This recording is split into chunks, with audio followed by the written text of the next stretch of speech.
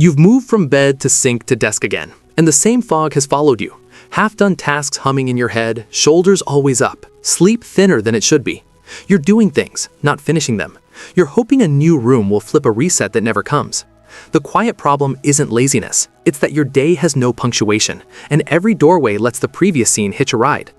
This video will gently show why those thresholds matter, and how tiny, body-felt pauses can stop the drift. Not a new personality or big routine, just small, reliable punctuation you can actually do when your willpower is low. Stay with me, there's an immediate, gentle way out. You've moved 3 times in the last hour. Bed to sink, sink to desk, desk to fridge, and nothing changed except the room. The laptop glows with too many tabs. The phone vibrates at small insistence, and the dishes wait as if they have something to say. The air feels dim and a little stale, late afternoon sliding toward evening with no clear edge. The same noise stays in your head. Half-remember tasks, the guilt loop, the tired eyes scanning through another screen as if it might offer a door you can actually walk through. It's not that you don't care, it's that every choice feels heavier than it should, like the switch you'd normally flip is wrapped in gauze. You keep hoping the next doorway will click you into motion, that the fridge light or the bathroom mirror will reset you, but the fog keeps crossing the threshold with you, familiar and sticky. Even your body knows the pattern without needing words.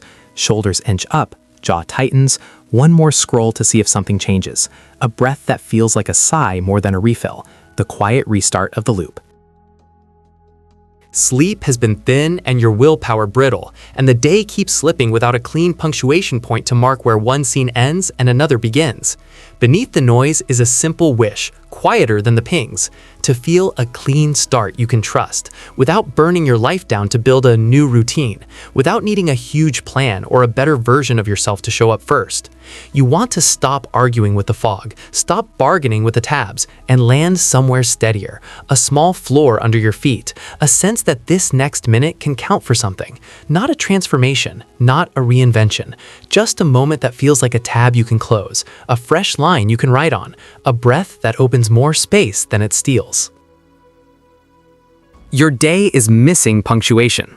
We open loops all morning, messages, tabs, chores, thoughts, and rarely close them cleanly, so their loose threads drag behind like a seam unraveling. The brain hates unfinished business, so it keeps tugging you back, whispering reminders at the worst moments. While you're washing a cup, a draft email barks. While you answer one ping, you remember 3 you ignored. The result is a fog of tiny alerts that never add up to a clear direction. On top of that, constant context switching shreds momentum. You walk through a doorway expecting a fresh page, but the previous chapter scribbles come along for the ride, smudging the margins. Routines keep failing not because you're weak or uncommitted, but because they rely on motivation at the exact moments your battery is low. Late afternoon, underslept mornings, the gray zone between tasks. When energy dips, motivation is a poor tool. It's slippery, hard to grip, and quick to disappear. What you need isn't a louder pep talk. You need friction that helps you stop, and simple cues that help you choose, so the next step becomes obvious enough for a tired brain to find it. Right now, your environment has been neutral at best, and sometimes it feeds the fog. The doorways that could be anchors are just wood and paint. The apps that could offer a pause feel like conveyor belts. Without punctuation, scenes bleed into each other, and nothing feels finished enough to exhale. The system isn't built to help you dismount from one task and mount the next. It's built to keep you mid-air, juggling tabs. By changing how thresholds work, from passive transitions to gentle stops, you can borrow structure where your internal battery is thin. This isn't about willpower, it's about making the next move the path of least resistance. When the space itself invites an exhale, when there's a cue at eye level and a sentence waiting on your tongue, the loop can close without drama. The goal is simple: create small endings and small beginnings that your body can recognize so you aren't carrying the whole day at once. Think of every threshold, physical doors, app switches, tab changes, as a built-in reset button. Not a big ritual, not a new identity, just punctuation. Period, new sentence. A doorway can be where you let the previous scene fall off your shoulders and name the next right thing. You don't have to fix the whole day, you only have to choose the next verb. That's the scale that makes movement possible when your energy is threadbare, a single, clear action that fits in one breath. The doorway becomes a compassionate boundary rather than a revolving door. You step through, you pause, you exhale, and you start small on purpose. This isn't about discipline, it's design. You're borrowing the architecture that's already there. Hinges and frames, handles and thresholds, even the tiny pause between clicks, and letting it carry part of the load. Doors offer edges. Tabs offer edges. The moment your finger hovers over a switch is an edge. Edges can be taught to behave like commas and periods, closing one clause before starting another. When you treat thresholds as punctuation, the day regains shape. Scenes have endings, and beginnings stop feeling like cliffs. If you miss one, nothing is broken. Another threshold is coming in 2 minutes, or 10, or right after the next buzz. There's relief in that steady supply of chances, a rhythm your nervous system can trust. This reframing is gentle because it doesn't demand a cleaner desk before you can work, or a clear mind before you can rest. It asks only for a moment of naming. What's the next verb? Not a project, a verb. Send, rinse, fill, stand, stretch, close. The verbs are small enough to pull you through hesitation without a fight. And by using the doorway itself as a cue, you relieve your mind from having to remember everything. Attention can soften. The frame becomes a hand on your shoulder. The click of a tab becomes a bell. The threshold becomes a forgiving line you can cross again and again, each time leaving a little weight on the mat behind you. Start today with 3 doorways and 1 sentence. Choose the threshold you'll cross most. Bedroom to hallway, bathroom to hallway, kitchen to workspace, and place a tiny dot sticker, a piece of tape, or a small mark at eye level on each frame so your eyes meet it. That's your cue. Then create your threshold phrase. Pick a 7-word sentence you'll whisper or think as you cross, something like, leaving that scene, next right thing is, or clear, choose, carry, 1 small verb. Keep it boring and kind, no hype, just a steady nudge. Now install the 90-second doorway reset. Each time you cross a marked doorway, step and stop, plant both feet, and give yourself 2 slow exhales through the mouth. Look at your hands. Relax your jaw. Name 1 small verb out loud or in your head. Email send, water fill, sink rinse, shoes on, stretch 60, table clear, and do that 1 micro task immediately before anything else tries to take the wheel. Digital thresholds count too.